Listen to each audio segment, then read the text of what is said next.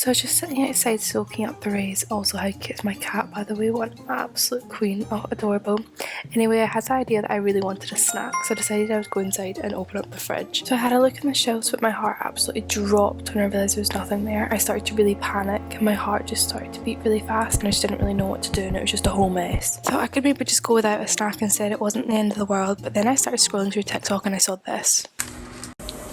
Put in the oven for 23 minutes. Cut. Frost.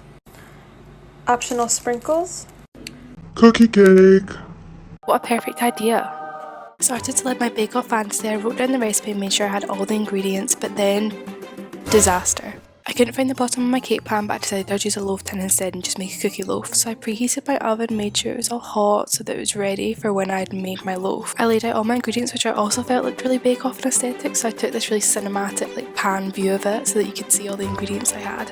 One of the ingredients was these sprinkles, which were called jazzy sprinkles, which I thought was really cool. So the first ingredient I'd written down was softened butter, but again, disaster. My butter was as hard as a rock. I didn't really know what to do. I didn't really want to leave it out. I wanted to get started on my loaf right now.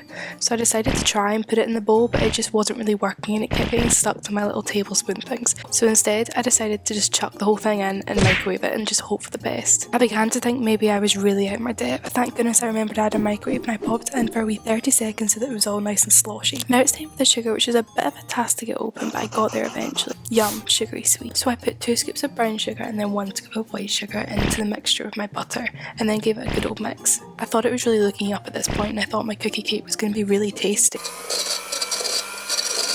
ASMR. Where's the lamb sauce? Where's the lamb sauce? I popped in 1 egg and 1 egg yolk. I don't really know what makes the other yolk so special. And then a dash of vanilla extract to top off. Then I continued mixing. Look at how much fun I'm having. But then again, disaster. My whisk broke. Luckily I managed to attach it back together. I have to restart my potato.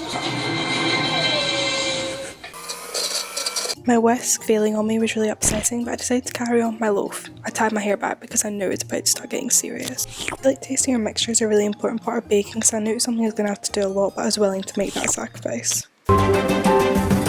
Some of the ingredients were quite hard to open, like this bicarb, but I eventually got there and sprinkled some over my mixture. It was starting to look a lot like cake now. See what that tastes like.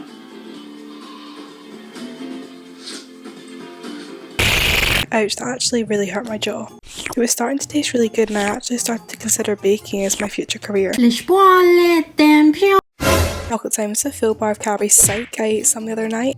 It's really delicious and I can't help but dance about when I pop a chunk in my mouth. I then chopped it into chunks and put it in the bowl with the rest of my mixture so that it would make my cookie cake nice and chocolatey. I then also added white chocolate so it would make it even more chocolatey. Do you prefer white chocolate or milk chocolate? Leave a comment below. And started to mix it all together to make sure every slice of cake had a chunk in it. Then I added my most important ingredient, the jazzy sprinkles, just a tad. Oh, maybe a bit more. I want to make my cake nice and colourful. Then I started to scoop my mixture into my loaf tin. I really thought I'd accomplished a lot and that it was going to come out looking really beautiful at this point. Here she is. She's all finished and ready for the oven. I popped her in and set the timer for 23 minutes.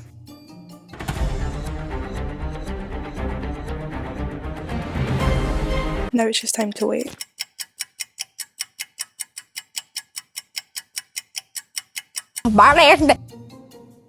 The raw mixture tasted really delish and I was hoping it would taste even better once it's cooked. I decided to start in the buttercream icing for something to do while my loaf was in the oven. My spatula to put it in a piping bag and then gave it a twist. Also gave it a wee taste to make sure it was nice and sweet. Then I put it in a glass and put it in the fridge for it to set and did a happy dance because I was really proud of myself. The timer had gone off and it was time to check on my loaf, but disaster again. It was raw. It's raw, Melissa! Yes, chef. It's raw, come on! It was completely raw on the inside. Even when I stuck a knife into it, it came out with loads of cookie dough on it. I threw a tantrum. I was so defeated. Then I started to think of all the horrible things Paul would say about my loaf if I was on Bake Off, and I started to panic even more.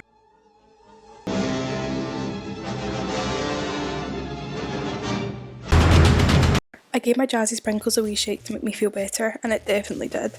Then I got thinking, I can just put it back in the oven for a bit longer. So she went back in for another 15 minutes and I waved goodbye, hoping she'd come out not raw.